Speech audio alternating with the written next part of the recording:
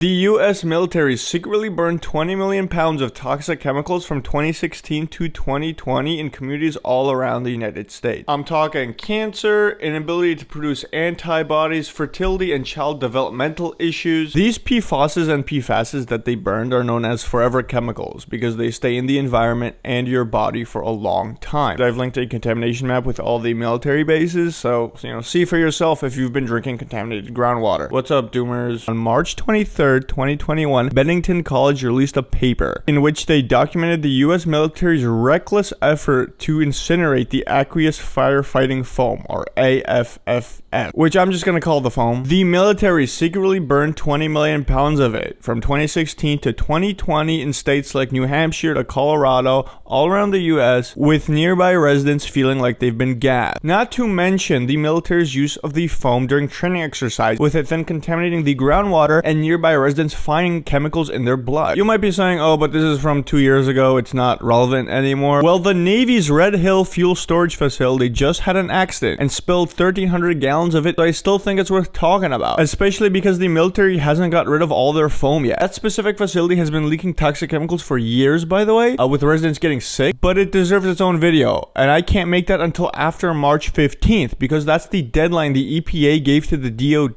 to release those chemical spill documents. It's just a shame because this facility has been spilling toxic chemicals for years and it's barely getting any coverage outside of Hawaii. Anyway, if you want to check for yourself, the EPA has a page on it similar to its page on the Ohio crash. In 1967, during the Vietnam War, the aircraft carrier USS Farstal had an electrical glitch in one of its jets. The plane, while still on the carrier, accidentally fired its missile, hitting another jet. It hit the fuel tank, and in seconds the fire spread across the entire deck. In less than 5 minutes, 7,000 or 8,000 pound bombs exploded, as well as various rockets and missiles. 134 sailors died and 161 were injured. At the time, it was the worst loss of life on a Navy ship since World War II. Years before that, the Naval Research Laboratory, in collaboration with the 3M company, developed this new foam. It was specifically designed to fight petroleum fires, and the military, which never wanted an accident like this to happen again, ordered huge quantities of it. The foam was so good at extinguishing that it was soon adopted by civilian companies. In fact, in 1976, W.L. Gore and Associates patented firefighting gear made out of the same chemicals.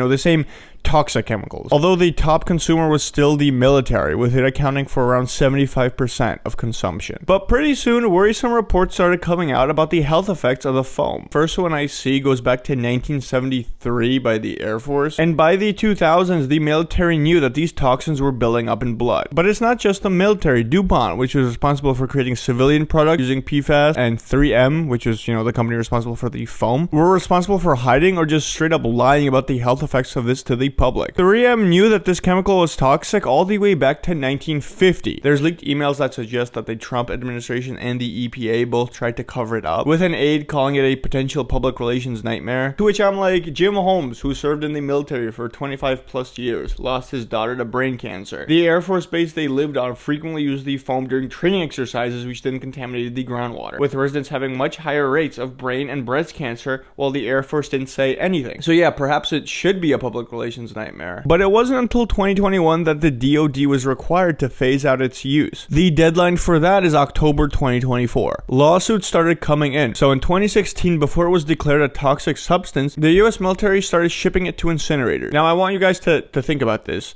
You've developed a toxic substance whose entire existence is to put out fires. And you decide the best way to get rid of it is by setting it on fire. Quote, "We knew that this would be a costly endeavor since it meant we'd be burning something that was engineered to put out fires. The byproducts of burning huge quantities of the foam aren't fully understood, but one of the chemicals released is hydrofluoric acid, which burns skin on contact. The incinerators the DoD hired to burn the foam have a history of violating state and federal rules for handling waste. 3 incinerators were out of compliance with environmental law 100% of the time. The WTI Heritage Incinerator, located any working class neighborhood in, of course, Ohio, burned 5 million pounds. Towns surrounding the incinerator has been found to have abnormally high levels of manganese in the air. A study done on the town found correlation between the high levels of manganese and lower IQ scores in children. By the way, all the toxic chemicals from the East Palestine train crash are going to be burned at this exact incinerator. There's also the Norlite hazardous waste incinerator in New York, which after the foam was burned had residents feeling like they were being tear gassed and paint peeling off their cars. Burning the foam sent the chemicals up into the air, where they were then breathed in by the residents as well as entering the clouds and the rainwater. I mean, these chemicals can take thousands of years to degrade. Unfortunately, because PFASs are so resistant, getting rid of them is not easy. This dairy farmer had to euthanize his entire cow herd because the cows were drinking groundwater that was contaminated from the runoff by the nearby Air Force Base. Right now, the two disposal solutions are either send it to a landfill where it'll then contaminate the ground, or burn it where it will then contaminate the air. Not to mention still having to deal with the communities around these bases which have contaminated groundwater and higher cancer rate. Please consider liking and subscribing.